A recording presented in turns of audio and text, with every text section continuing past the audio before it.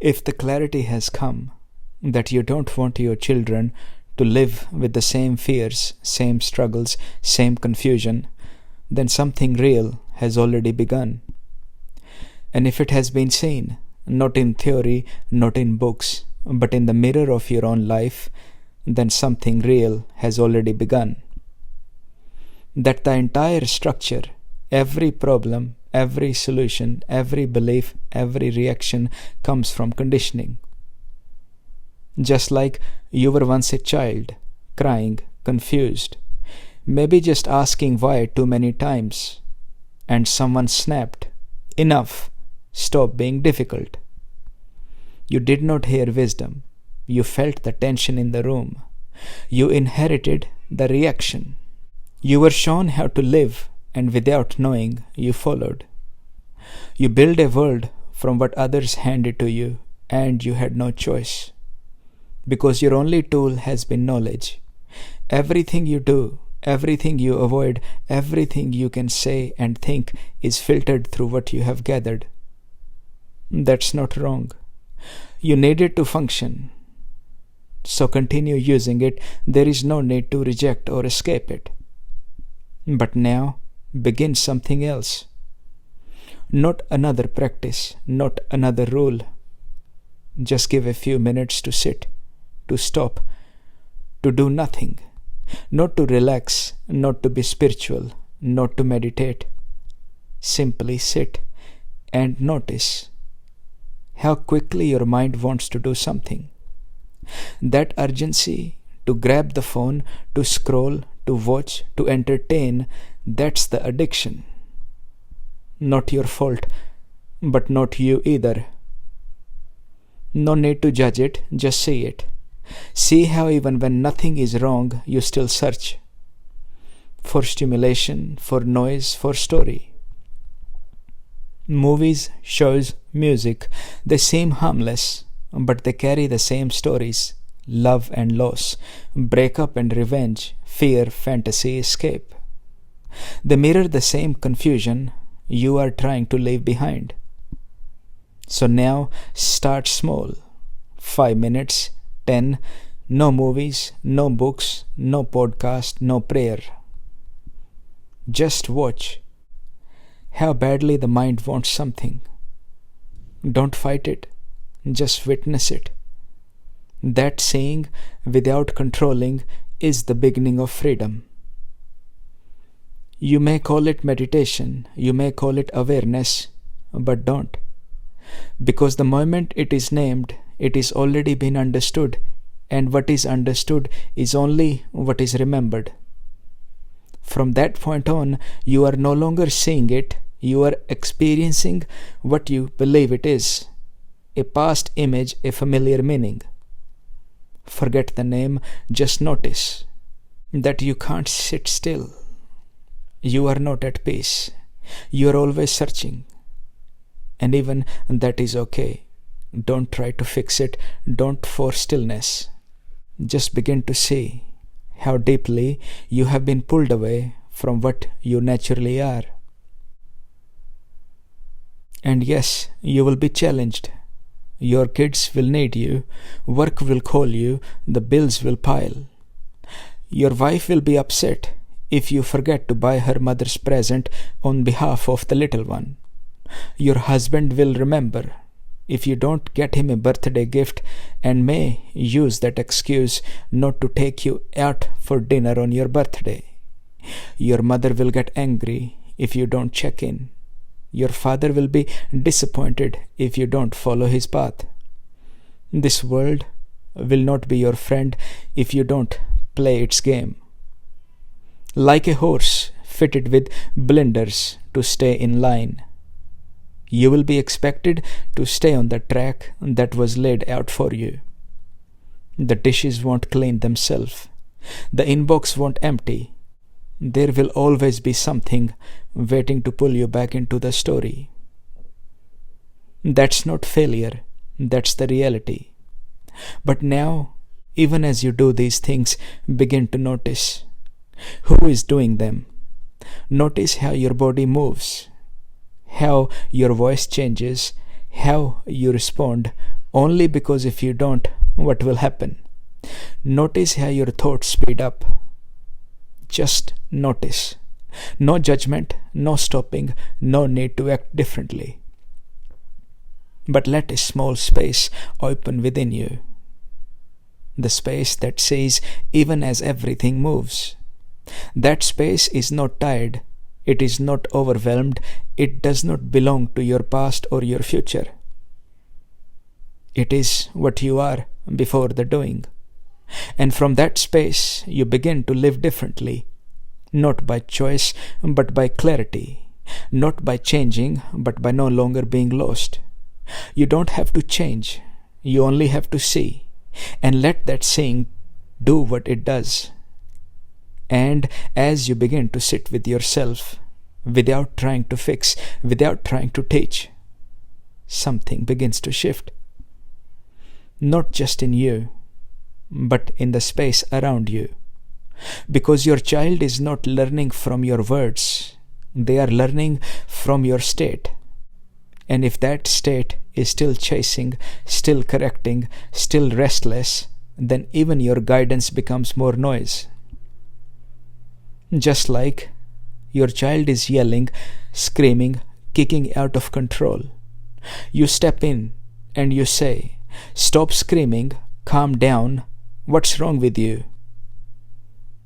But can you hear it? That voice is also yelling.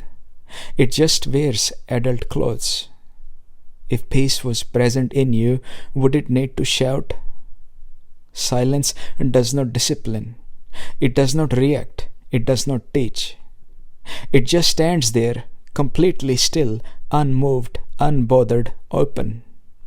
And in that space, a child sees something they have never seen before. Something they don't even have a name for. But they feel it. And slowly they meet it in themselves. But when you begin to rest in what is still, what is quiet, what needs nothing, you come home without leaving the room. And something beautiful happens. Your child slowly notices. It might be years, not because you told them to, not because you're explaining anything, but because peace does not need a voice to be heard. It's not a technique, it's not a lesson, it is a return.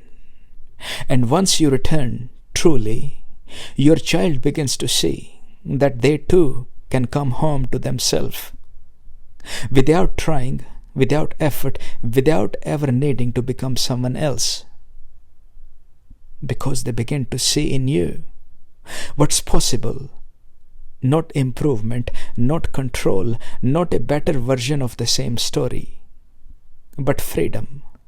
Freedom from needing to be seen, freedom from needing to be liked, freedom from performing, freedom from fixing, from pleasing, from belonging, freedom from image, from identity, from how you look, how you speak, who loves you or not, who you love, what you achieve, what you fear.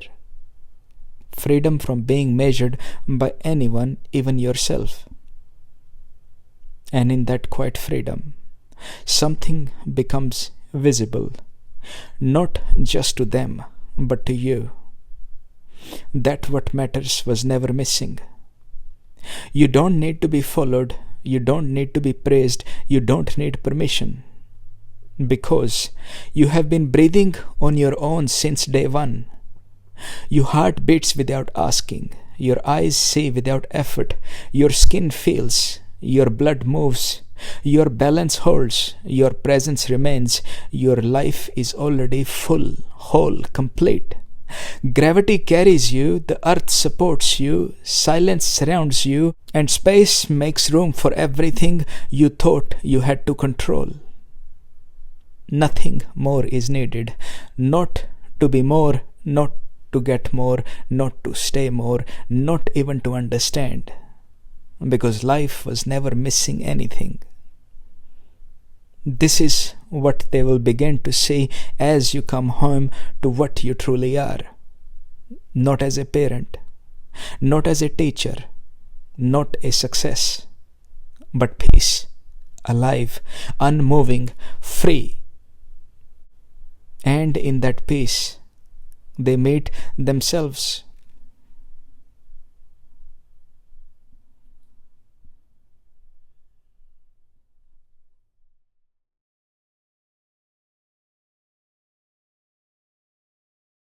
Every morning begins the same. Eyes barely open, the alarm already pulling you into motion. The body is still tired, but there is no time for that. You are already late. One eye on the clock, one hand brushing your teeth, the other checking messages. The brain is already at work before the body has ever left the bed. There is breakfast, if it fits. Children to dress, lunches to pack, a coffee gulped half warm. Keys misplaced, shoes half on, and the quiet sense that you are already behind before the day has even started. Then the road. Always someone slower in front, always someone faster behind. Every red light feels personal. Every lane change feels urgent. The car becomes a cage of frustration, pressing forward, not just through traffic, but through everyone in the way. You arrive, barely on time, but your mind is still moving, still calculating, still waiting for a break that never comes. Then it's emails, deadlines, calls, performance reviews, expectations. The moments bleed into each other with barely a breath in between. Then, as if the morning was not fast enough, it's time to rush again. Pick up the kids, beat the traffic, cook something, clean something, respond to something, fix something. The house holds a body that never really arrives because tomorrow is already knocking. And when it gets too much, there is the promise of a holiday, a break. But the rush continues. Packing lists, charging devices, emails set to auto-reply, pets to organize, house to lock, and again, the clock. You rush to the airport, fight for parking, stand in lines, bags weighted, window shopping for things you can't afford. Boarding passes half folded, delays announced, frustration mounting, everyone in hurry to be the first, to sit on a plane that has not moved. Even in sky, the rushing continues. To land, to exit, to be the first in line for a taxi, to arrive at a destination you planned 6 months ago but can't quite feel. And this is called rest. This is called getting away. But the rush never left. It just changed shape.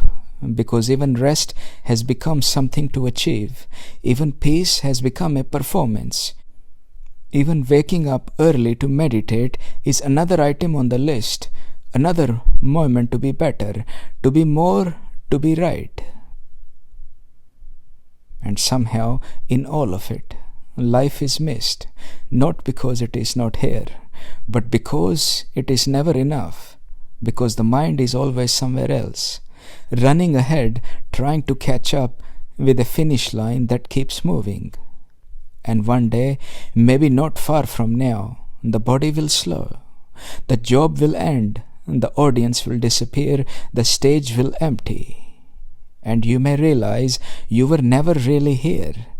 You rushed through a life you did not get to live.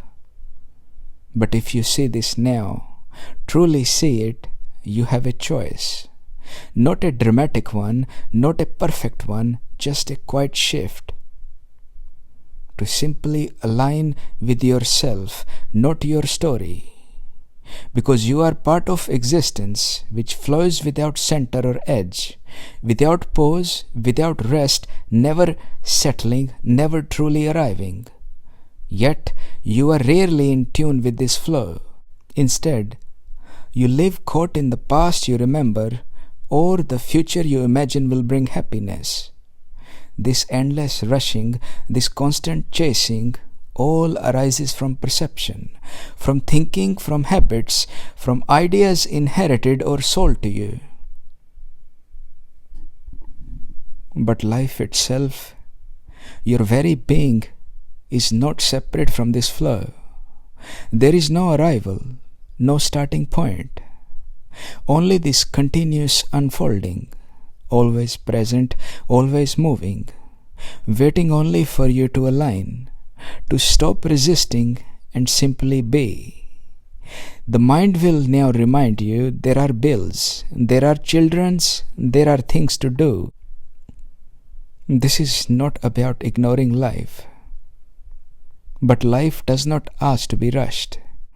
That part was learnt, copied, inherited, sold. Because truthfully, you don't need as much as you were told. Simple food, a safe place to rest, a bit of warmth, a bit of care. Not for show, not for success, just to live, just to be.